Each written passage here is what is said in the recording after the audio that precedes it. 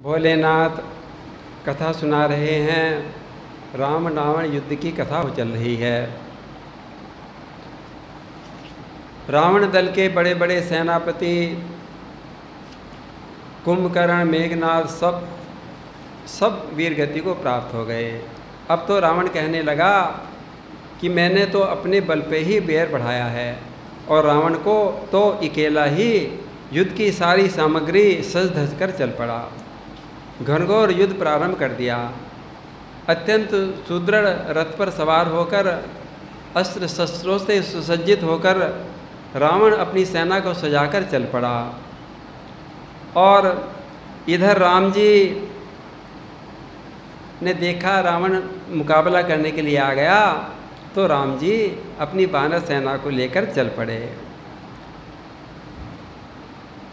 विभीषण जी ने देखा कि रावण तो बड़ा सजा धजा, अस्त्र शस्त्रों से सुसज्जित, अभेद्य कवचों से उधारण किए हुए विजय रथ पर विराजमान है, किंतु राम जी तो रथहीन, पैदल, बिना जूतियों के, कोई कवच नहीं है। ऐसे रावण के साथ कैसे मुकाबला करेंगे मैं प्रभु। विभीषण जी के नेत्रों में जल भर आया। कहने लगे, नाथ आप कैसे रावण का मुकाबला करेंगे। आपके पास तो न रथ है, ना कोई कवच है, यहाँ तक कि आपके पैरों में तो जूते भी नहीं हैं। किस प्रकार जीता जाएगा प्रभु, आप बताइए। तब राम कृपा निधान राम जी विभीषण जी से कहने लगे कि विभीषण, रावण को जीतने के लिए जिस रथ का तुम जिक्र कर रहे हो वो विजय रथ तो और ही होता है। मैं तुम्हें बताता हूँ। नाथ न रथ नहीं पतन पद त्राना, श्री राम जय राम जय जय राम, केहि विधि जीतब वीर बलवाना, श्री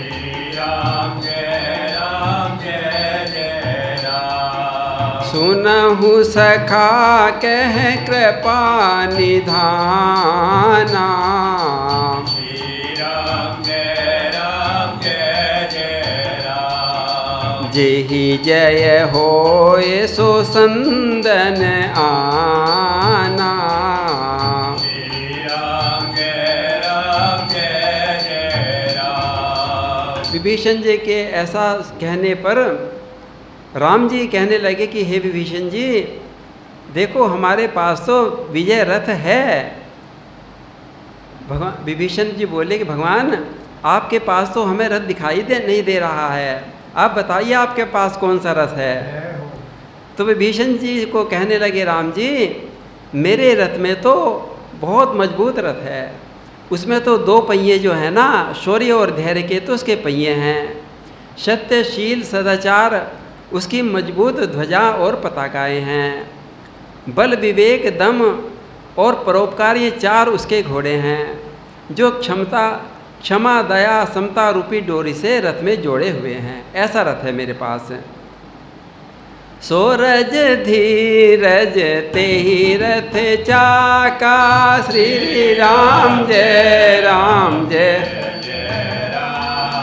सतशील दृढ़ ध्वजा पताका, श्री राम जय जय राम, बल विवेक दम परहित घोरे, श्री राम जय राम, क्षमा कृपा समता रजु जोरे,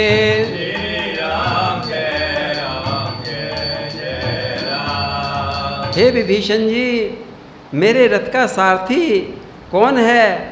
ईश्वर का भजन ही मेरे रथ का सारथी है, चतुर सारथी है, वैराग्य मेरी ढाल है, संतोष तलवार है, दान फरसा है, बुद्धि प्रचंड शक्ति है, और श्रेष्ठ विज्ञान कठिन धनुष है। देखो मेरे पास इतने सारे हथियार हैं, तुम चिंता क्यों कर रहे हो भीषण। ईश भजन सारथी सुजाना, श्री राम जय बिरति चरम संतोष कृपाना।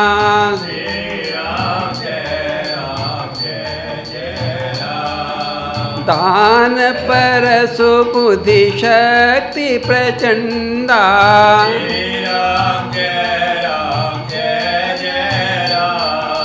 वर विज्ञान कठिन को दंडा।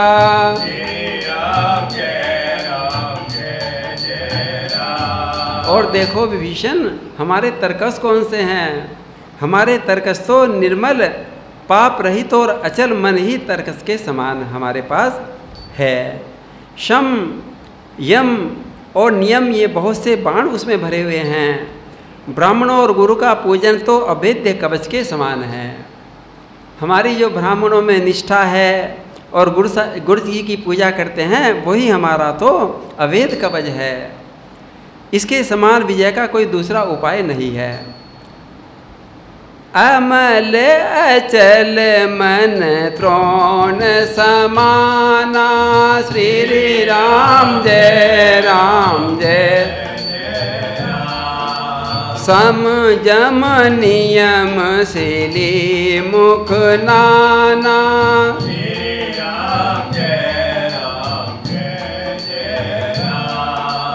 कवच अपेत विप्र गुर पूजा।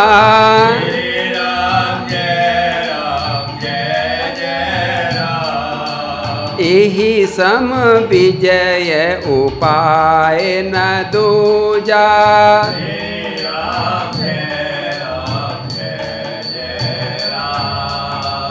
हे मित्र, हे सखा विभीषण जी, देखो तुम निश्चित कर लो, जिसके पास ऐसे धर्म में रत होगा उसको जीतने में कई शत्रु को उसको जीत थोड़ा ही सकता है। वो तो अजय है। सखा धर्ममय असरथ जाके। श्री राम जय। जीतन कहन कतहूँ रिपुता के।